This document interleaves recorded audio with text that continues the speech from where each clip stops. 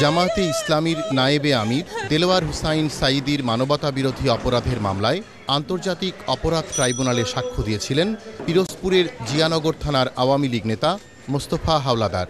শনিবার রাতে হোগলাবন্দ গ্রামে তার বাড়ির শীত কেটে ঘরে ঢুকে চাইনিজ কুড়াল দিয়ে তাকে কুপিয়ে আহত করে সন্ত্রাসীরা। বাপ মা কিছু নেই, আমার স্বামীও চলে গেছে, আমি কার দ্বারা থাকবো, আমি কার দ্বারা থাকবো। পরে তাকে নিয়ে আসা হয় ঢাকা মেডিকেল কলেজ হাসপাতালে। ভোরে মারা যান সাঈদীর মামলার ওই গুরুত্বপূর্ণ সাক্ষী। সাক্ষী দেশে অনেক ঘটনা বলেছে, যে সাঈদীর উপস্থিতিতে যে মার্ডারগুলো হয়েছে সে মার্ডারের কাহিনী সে বর্ণনা করেছে। ওই সময় সে ওই পাড়েরহাট বাজারেই ছিল, তার দেখা সাক্ষী আর কি। সাক্ষ্য দেওয়ার পর থেকেই সাঈদীর মামলার ৮ নম্বর সাক্ষী মোস্তফা হাওলাদারকে হুমকি দেওয়া হচ্ছিল বলে জানিয়েছে নিহতের পরিবার।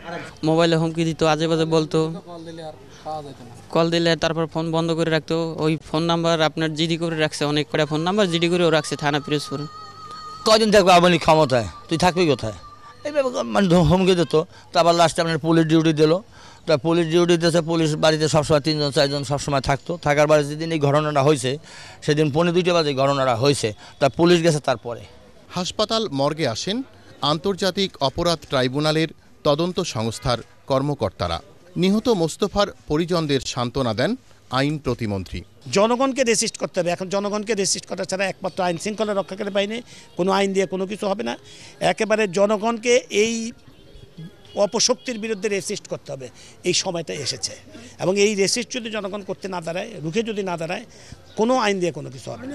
দেলোয়ার হুসাইন সাঈদীর মামলার ওই সাক্ষীর নিরাপত্তা দিতে পুলিশকে নির্দেশ দেওয়ার পরে কোন পরিস্থিতিতে জিয়ানগর থানা পুলিশ ঘটনাস্থলে অনুপস্থিত ছিল তা তদন্ত করছে পিরোজপুর জেলা police. Enamul Kabir Rupam, channel I, Dhaka.